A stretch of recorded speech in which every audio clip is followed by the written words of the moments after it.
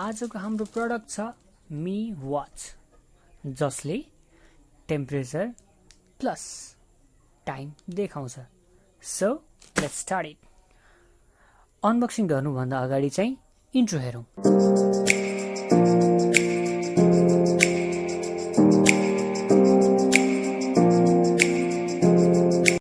यसलाई चाहिँ हामीले दराज नेपालबाट अर्डर गरेको हो।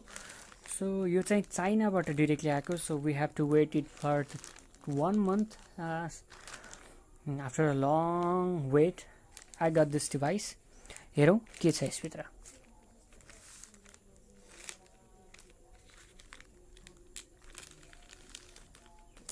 Download the app now. Okay,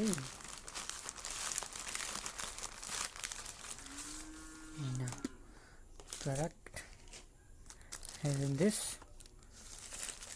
Siddha from China thermostats. Okay, let me guide you.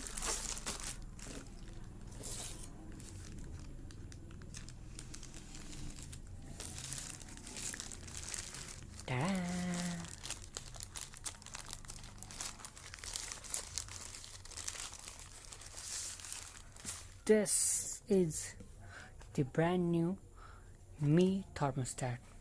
It seems to be like this. Okay, के छ यसभित्र? Let's watch it. यसैले खुल्दैन हैन? So we have to break the seal now. Okay. What?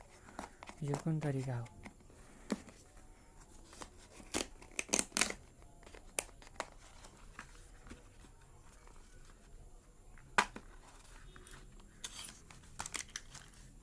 Okay.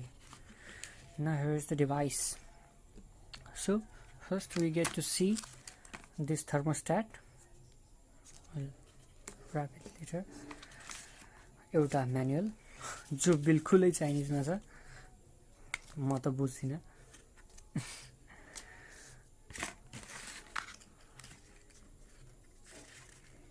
Nothing else. Okay. यो चाहिँ यसको पछाडि लगाउने and then स्ट्यान्ड गर्नको लागि हेल्प गर्छ। So we'll later. This one is the magnet which जसलाई चाहिँ भित्तामा टक्क चपाउने अनि plus it will help to get this device connected. This one is also mounted on the wall. So let's take them aside.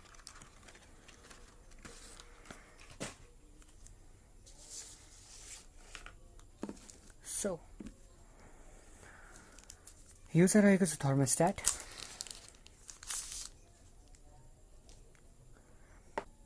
Temperature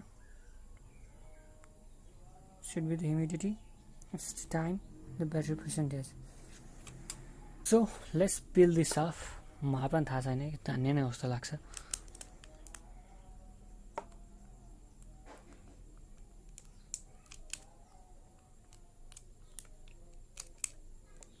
यसको भित्र चाहिँ battery हुनुपर्ने, ब्याट्रीको त्यो एक्लिएर त्यो लागेको हुन्छ।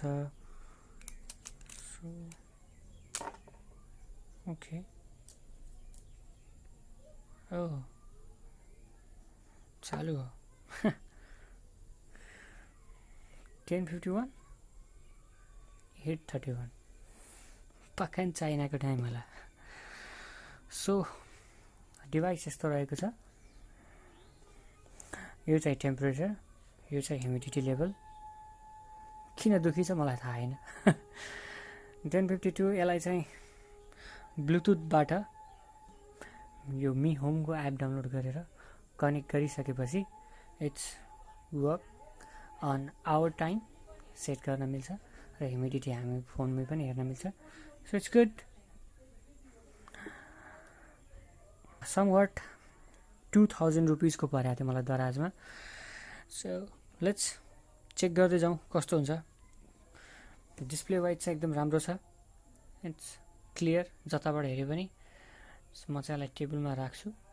So it will work as a temperature plus humidity check it from me plus clock त भइहाल्यो। हेरौँ कस्तो पर्फर्मेन्स दिन्छ यसले, ब्याट्री कतिसम्म टिक्छ।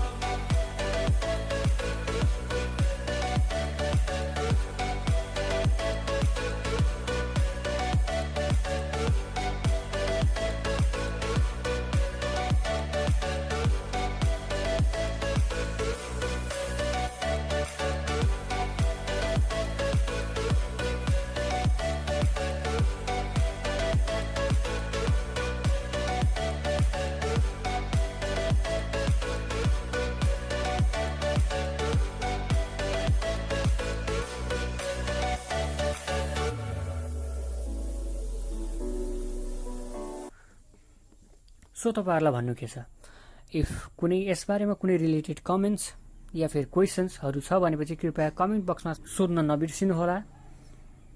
सो हामी यस्तो भिडियो लिएर आइराख्ने छौं। तबसम्मको लागि बाइ बाइ, जय नेपाल।